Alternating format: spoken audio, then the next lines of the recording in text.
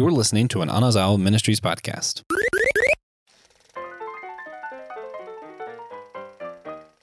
Take life one day at a time. That's what a wise man said to me. He said, life is in all its complexities, is the ultimate test for you and me. When you walk holding your head up high for the master watching from the sky, I know not what trouble lies ahead. Before you fight, use your head. It's time to leave my nest where you were born. This journey you must make alone. Spread your wings and fly. There's a power deep inside. Inner strength you will find in time of need. The glow. Like the seasons, love will come and go. If it's right, you will automatically know. The world of mystery exists only in your head. When you become one with yourself, the wall will fall. The journey now before you is in its final test. You've learned your lesson well. I can't teach you no more. There's a power deep inside you, an inner strength you will find in time of need, the glow. That's right. You are the last dragon. You are the last dragon. Oh, if you didn't know, now you know that we are going to be talking about the last dragon.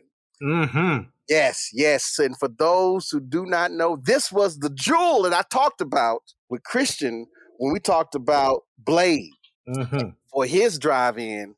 And I gave y'all a little glimpse of what it was. And here it is. It's the last dragon. So today, I welcome you on this journey on a cult classic, a cultural icon, and a movie that if you've never seen, you have to watch it. You have to. And to just keep in mind that this movie came out in 1985, okay? But when this movie came out, it touched on everything that you could think of. I mean, like the music got good action, good love scenes, good fight scenes, good music, everything.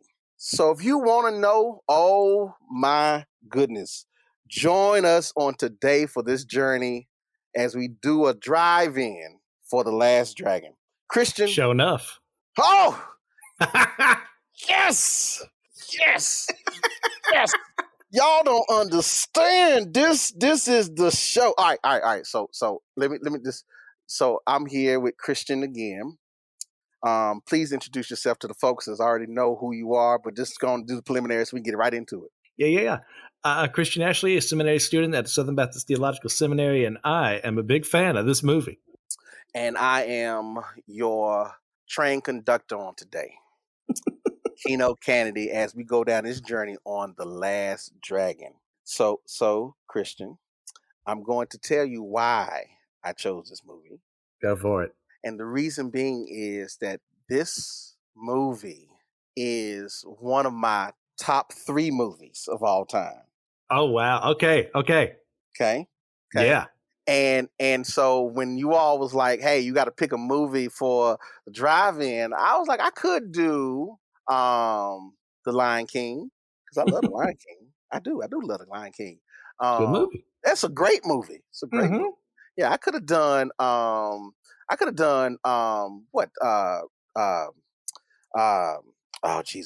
Friday Night 13. Any of those.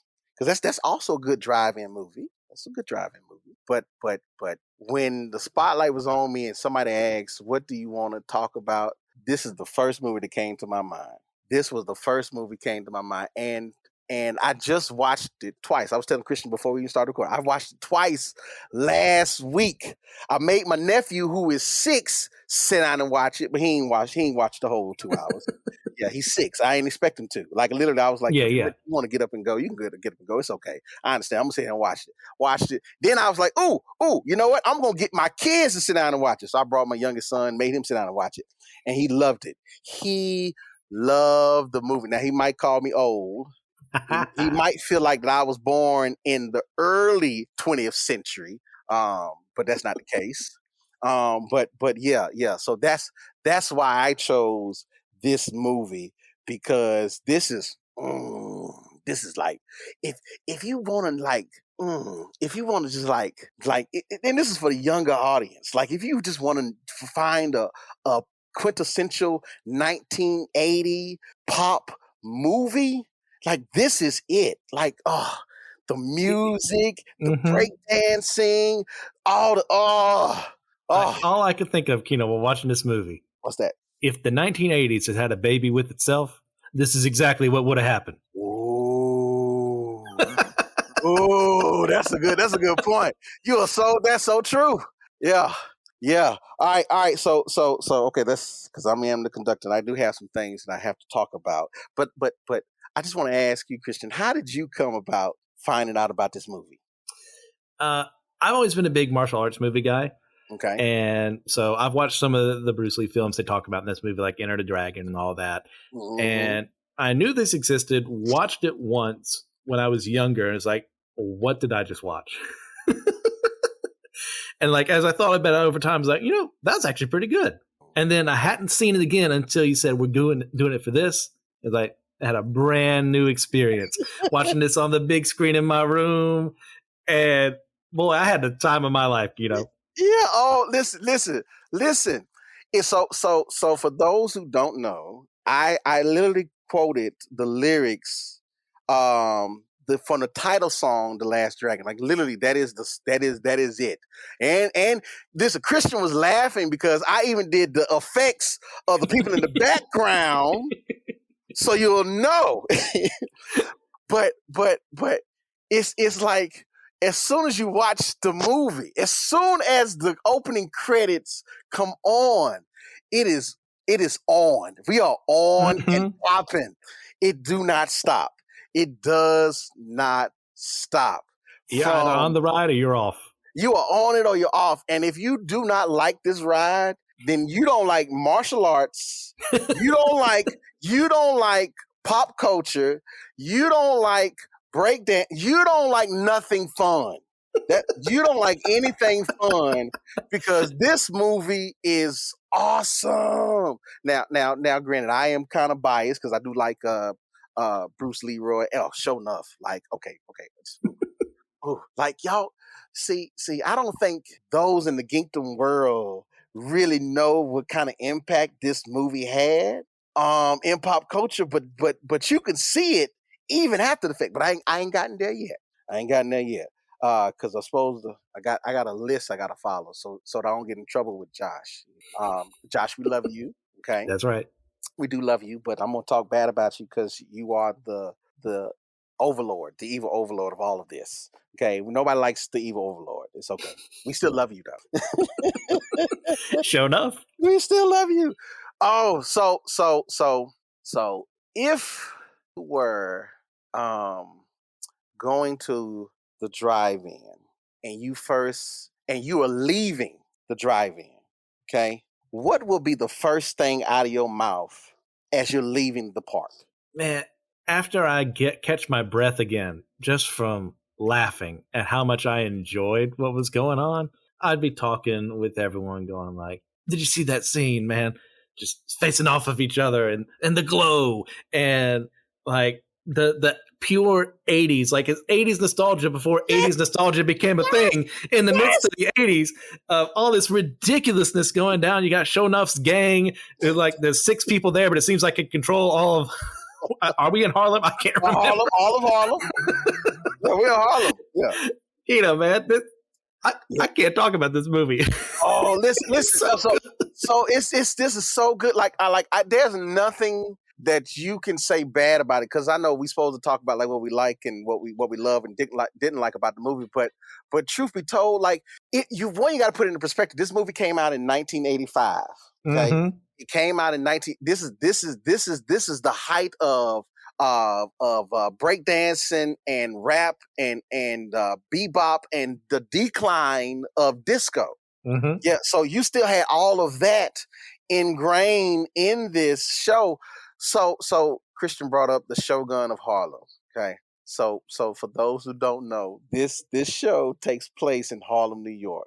Okay. and it treats it as if that there is a fight between good and evil, between different houses, clans, or sets or teams or gangs. You can say however you want to, between Bruce Leroy and Show Nuff. Okay. Mm-hmm. And yes, Bruce Leroy is being named after Bruce Lee. He literally has on the yellow suit in the movie. Uh-huh. He has on the yellow suit. If from Enter the Dragon, if I'm mistaken, I can't remember what movie it was that he had the yellow suit on. I think it's Enter the Dragon. I think that's right. It's been a while since I've seen that one too. Yeah. So this is another reason why I love this movie is because this introduced me to Kung Fu. Okay. Yeah. So I was 7 when I first watched this movie. Yeah, I can't imagine. I was 7 when I watched this movie, and I was in my kitchen trying to do that whole Wusa arm thing. Yeah, I was trying to do that thing in the kitchen every time. I was trying to get my glow. Mm-hmm. You hear me? I was working on trying to get my glow, but I couldn't get it. I couldn't train like Bruce Leroy, and I couldn't catch no bullets in my teeth. That's how I got my nephew to watch the movie, because he was like I don't. I was like, no, you got to watch the movie because he gonna catch a bullet with his teeth. Okay, I want to see that. But it took forever. He's 6 now, mind you, he's 6. Okay, and he's trying to watch this movie, and he's on his tablet too. So I get it. Okay. He don't understand. Now his foot was bopping with that music though. Boy, we got some stellar music choices in this one. I mean, that soundtrack, they're in their keep. Yeah. Oh my God. So if you don't know, Berry Gordy is one of the executive producers of this movie. And if you don't know who Berry Gordy is, because I realized my son didn't know who Berry Gordy is. Berry Gordy was the founder of Motown. If you know who don't know who Motown is, Aretha Franklin. I'm gonna just say Aretha Franklin. Most of y'all know who Aretha Franklin is. Well, she was a part of Motown. And so Berry Gordy, who was the founder of Motown, founded the soul and black music and black production. And he produced this movie, and the music. Like there was not a bad song at all in this movie. So I love the first Spider-Man. So there are certain soundtracks, like title soundtracks, that I love. And outside of The Last Dragon, it's Craig Kroger, Hero from Spider-Man. Okay. That's a good one. That's a good. Okay, so that type of music touches your soul.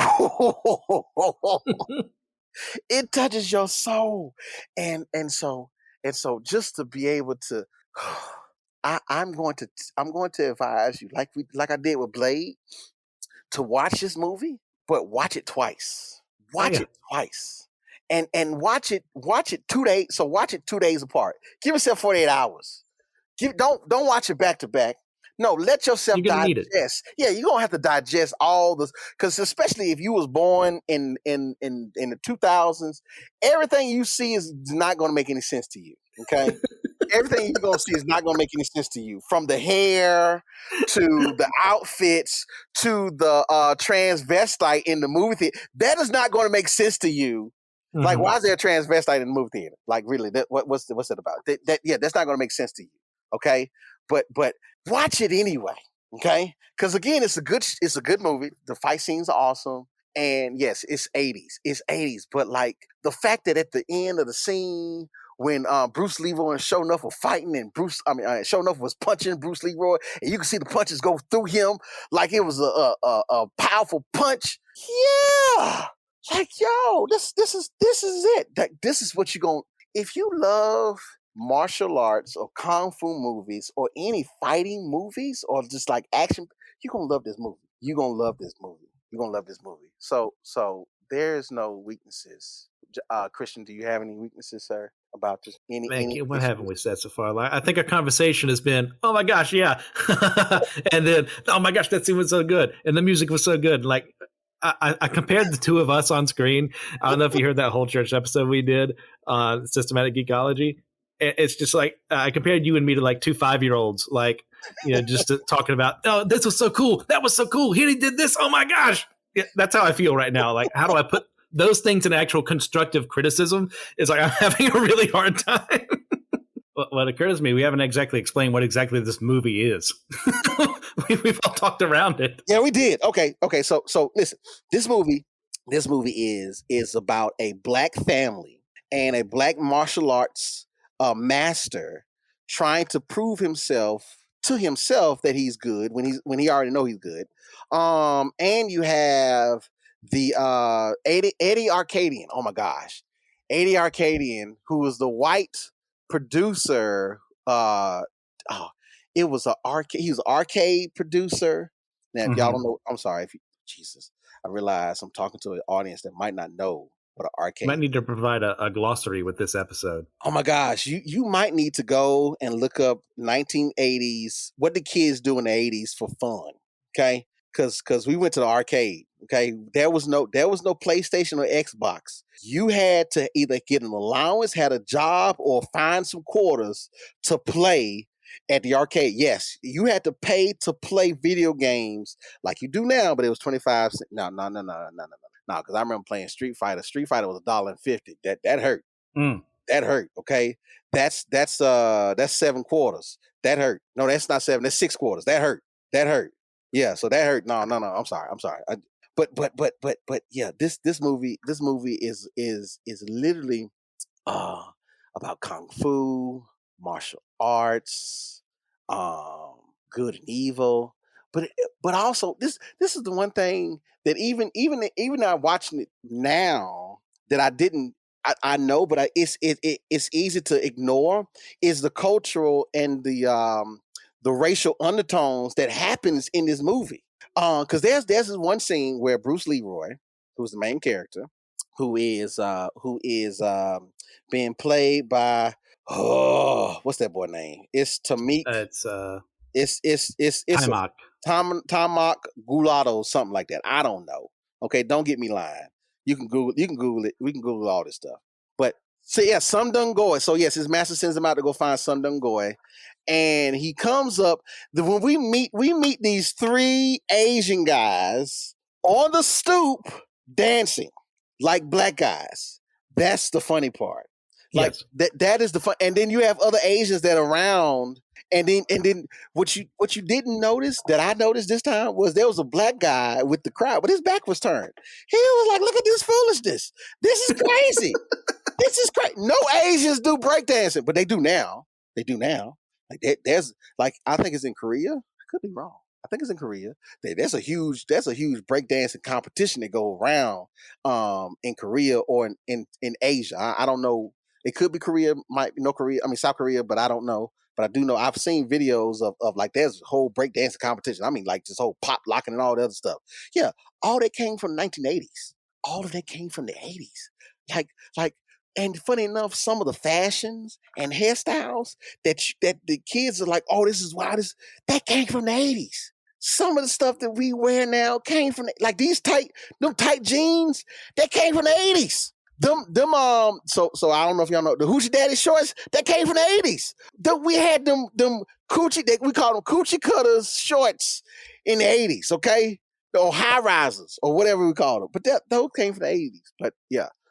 This movie, oh man, this movie I know this is seem like I'm just yelling and just going in about how good this movie is, but I promise you, cause I haven't steered you wrong. Okay, I haven't steered you, and if I have, please forgive me. But I ain't heard nothing about it. And if you want to say something to me, you can hit me up on Facebook, Instagram, or Twitter. Okay, at Zion Minister, Instagram and Twitter. That's my tag. That's my tag. You can hit me up and say, you know what, you was wrong about this. We could talk about it, but I doubt it. I doubt it. I doubt it. I doubt that you can say to me that there's something bad about this movie, except for you don't like the 80s. That's it. And if you don't like the 80s, that's fine. I'm okay with that. But no. Okay. So all right. So we still in the first part, Christian. Yeah. And we on part E now. Okay, we're gonna discuss the legacy and lasting impact. Go for it. Yeah. So if you are aware, hold on, let me grab my other note. I got another notepad. But if you are aware, if you know who Busta Rhymes is, right? Mm-hmm. If you know who For is, Jay-Z, who else is these people? I'm sorry, I don't listen to all that music. I hate to sound old, but I'm just gonna say it. I don't listen to all that Kumra, all that other stuff. Right. But Yeah. but still. But if you've seen the movie Belly, if you've never seen Belly, and if you don't know who DMX is, you might wanna check DMX out. But you know what I found out, Christian? What was that? That The Last Dragon has been referenced in other genres, like The Simpsons. Mm-hmm. There was an episode in The Simpsons that referenced The Last Dragon. Listen, there were yeah. So I got to say this. I'm gonna hold that to the end. Okay. But in Black Dynamite, Rick and Morty, Rick and Morty, the Eric and Andre show, the show Atlanta, the Adventure Brothers, Blackish, Black Mirror, The Tonight Show. This I did not know, because I don't watch the Tonight Show all the time. I watch it every now and again. But Jimmy Fallon did a sketch that titled "The First Draft of Rock," featuring Jet Black, and they did a parody of the Final Countdown, and Jet Black performed like he was Bruce Leroy from The Last Dragon. And I watched that thing. I was like, oh my gosh, I forgot about that. Yeah, so this movie has had influences for years. It has been almost 40 years since the movie was released. And I hope that they do a special release or something for the movie for its 40th anniversary. I promise you, I will buy the Blu-ray, the DVD version, and the digital version. I will have all three. Even though I don't have a DVD player, I do have a PlayStation, so obviously I have a DVD. I'm saying you're similar this like Infinity Stones. Yeah, yes, yeah, yeah. But yeah, this movie, y'all, just this is a good movie. So, Christian, is there anything you want to highlight, sir? Well, there's a tie-in of who could have been in this movie to Blade. Wait, Wesley Snipes could have been in this movie? Wesley Snipes was up for the role of Leroy. No, for real?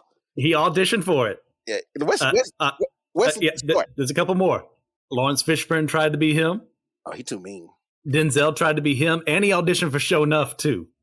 Denzel has a handsome face, but probably didn't have the body to do it. Okay, and two more. Carl Weathers and Billy D. Williams both auditioned for Show Enough. Could you imagine?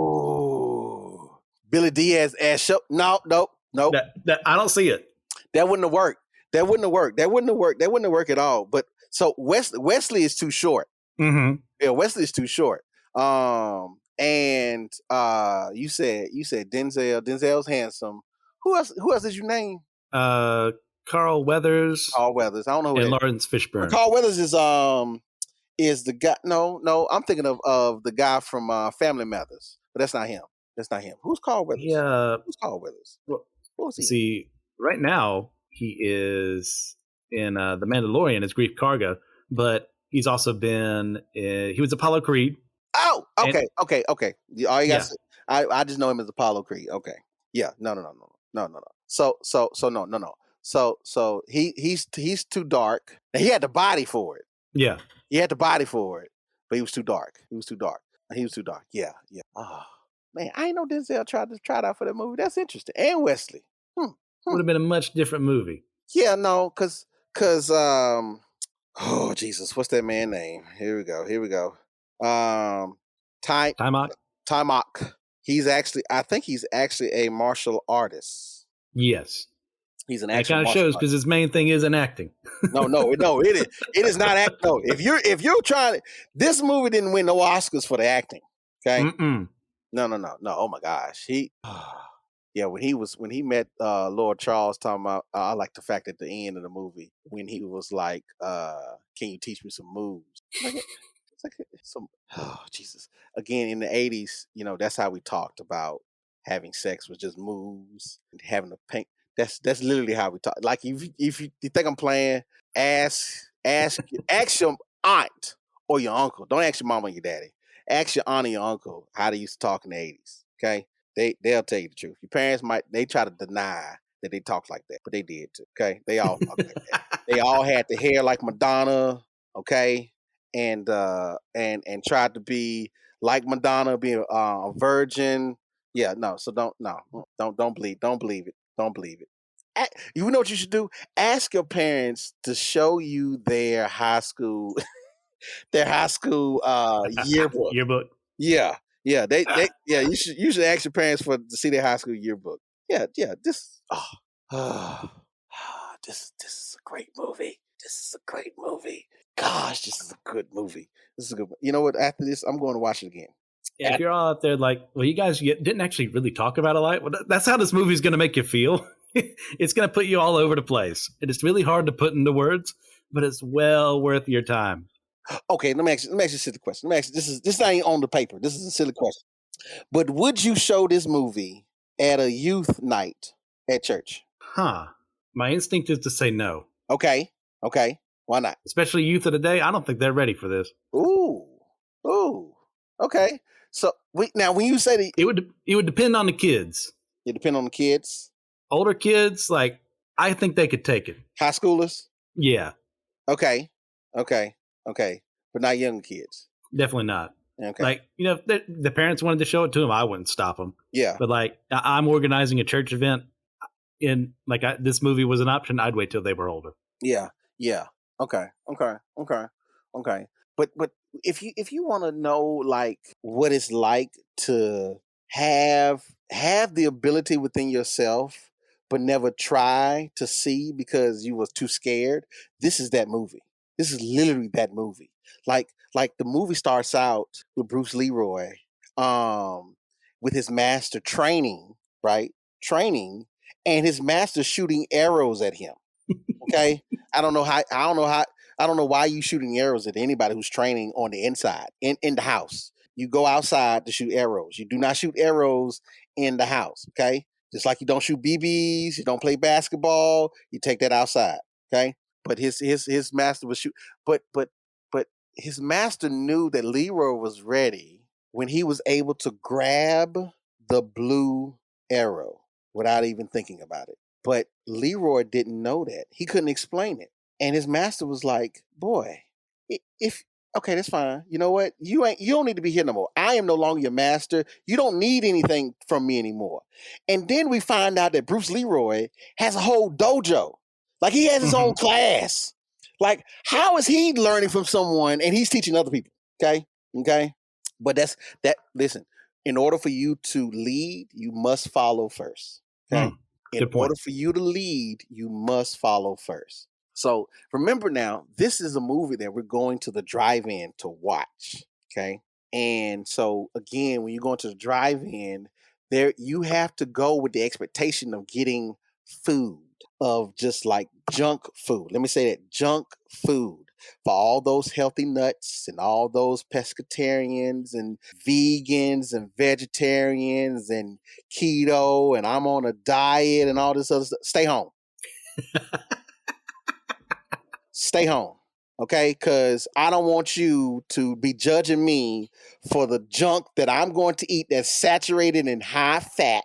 It's going to make my blood pressure. I don't care.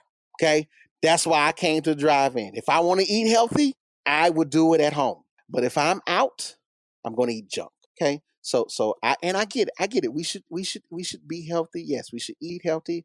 Yes, I get it.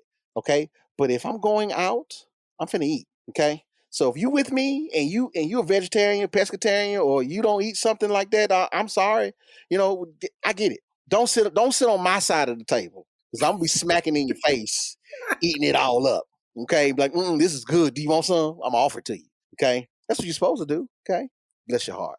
Bless your heart. So last time we talked, when you and I was on Christian, we talked about the best food to have at the drive-in. Yes. And so now the question is, what flavor of icy do you get at the drive-in? And I want to go first, if you don't mind. Okay, go for it. Because I've been doing this since my kids was young. So in the summertime, we always go to the gas station and get some ices. Okay, to the 7-Eleven, get ices. It's like literally, it's on it. It don't matter if it's a hot day or whatever. If we're all out and somebody like, "Ooh, can we get some ices?" The answer is always going to be yes. Okay. Now, if you're talking That's about can you buy me a game? Can you get some Jordans? Oh no, the answer is no. Okay. The answer is to no to that because you got to get a job, buy that stuff. Okay. But if you want some ices, oh, let's go. So what I kind of flavor that I would do a mixture. I would do blueberry and white cherry. Okay. I would do blueberry and white cherry. And when I tell you, brain freeze. That's what I'm gonna get. Cause I ain't stopping. Okay, I'm not stopping. This is so good. So, so Christian, what flavor of icy would you like or would you recommend for anyone who's going to the drive-in? Man, I'm super basic. Just give me that Coke. Coke. Yeah. Now listen. Now don't get me wrong. Now if you want to up your game, throw the Coke in there with the white cherry. You just made yourself cherry Coke. You just made cherry Coke. You'll thank me later. Oh yeah. You will thank me later. You will thank me later. Okay. Don't be scared to mix it up. Okay. You gotta try it. And I just like going to the gas station because the gas station lets you try mixtures too. You try a little bit here, try a little bit. Yeah, you gotta find your combination. Okay. And sometimes flavors might not match, but colors do. Okay. It's all trial and error. Trial and error. But that's the great thing about going to the drive-in. It's like it's the junk. It's the experience that we are going out and going to the movies at night to watch a double feature. I pray. That'd be the best one. Like you spend $15 for a double feature. Man, do you hear me? $15 to watch 2 movies for a family of 4. You spend $15 for yourself to go to any movie. Mm-hmm. And that's not including buying somebody else's ticket or any junk, any food. But we're talking about $15 for the whole car. I think it was cheaper then. I think it might have been $10 for the whole car. But yeah. So, and again, I'm going to encourage you all. If you have not had an opportunity to experience a drive-in, then go to a drive-in. And if you cannot go to the drive-in, if you stay in a neighborhood where you have a garage or a backyard and you can pin up a white sheet up against the house and put a projector on there, guess what? You just made your own drive-in. Mm-hmm. But I want you to have that experience of watching the movie outside under the stars because there's nothing like it. It's nothing like it. Oh my gosh! And then being in your own car and having either the radio, listening on the radio or the speaker, and you can talk as much as you want. Like we said last time, you can talk as much as you want in the car, and nobody's gonna say anything. Listen, I want to encourage you all to follow us on all of our platforms on Patreon, on Instagram, on Facebook, and Twitch. Wait, no, we don't have Twitch yet. Twitter. I'm sorry, Twitter.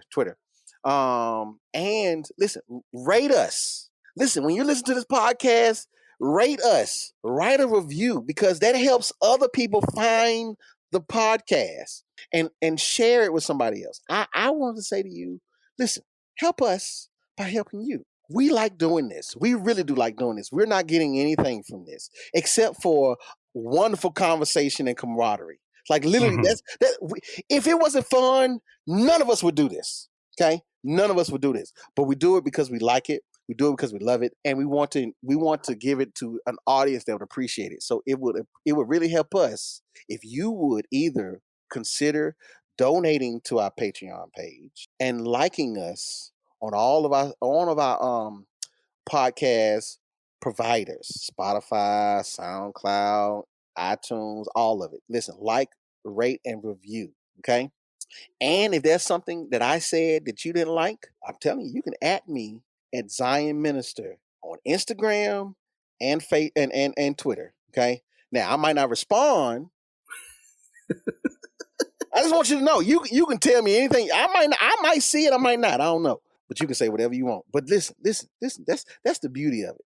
That's the beauty of it. But I am encouraging you all, and I'm thanking you all for how you have stuck with us, even through this. And so we don't take it lightly. That's why we're asking you, if you can contribute anything you can contribute to help us out, because this costs. Okay, doing the podcast, posting, and trying to coordinate, it costs. And that's why we love Josh. Okay, that's why we love Josh, because Josh is doing it all. He's doing an awesome job. And so if you want to help Josh, then please, if you want to feed Josh because he's a hungry child, then please dial 899-67. I'm just teasing. I'm just teasing. That was funny. You can sponsor Compassion International. Yeah, something. Okay, please help Josh out. I want to say thank you again. And Christian, I do not know what is the next, who's up next, but I am going to encourage you to listen to the person that's coming up next, because they're not going to have as much fun as we did, but it's still, listen, there's no bad conversations that's had on these things. Okay. You can't say that, oh my gosh, Josh didn't say something crazy, or Keno said something crazy, or Christian said something crazy, or Will said, no, you can't say any of that. Okay. What you can say is these guys love their stuff. Show enough. And we do. Who's the master? Show enough. And on that note, listen, remember, we are all a chosen people, a geekdom of priests.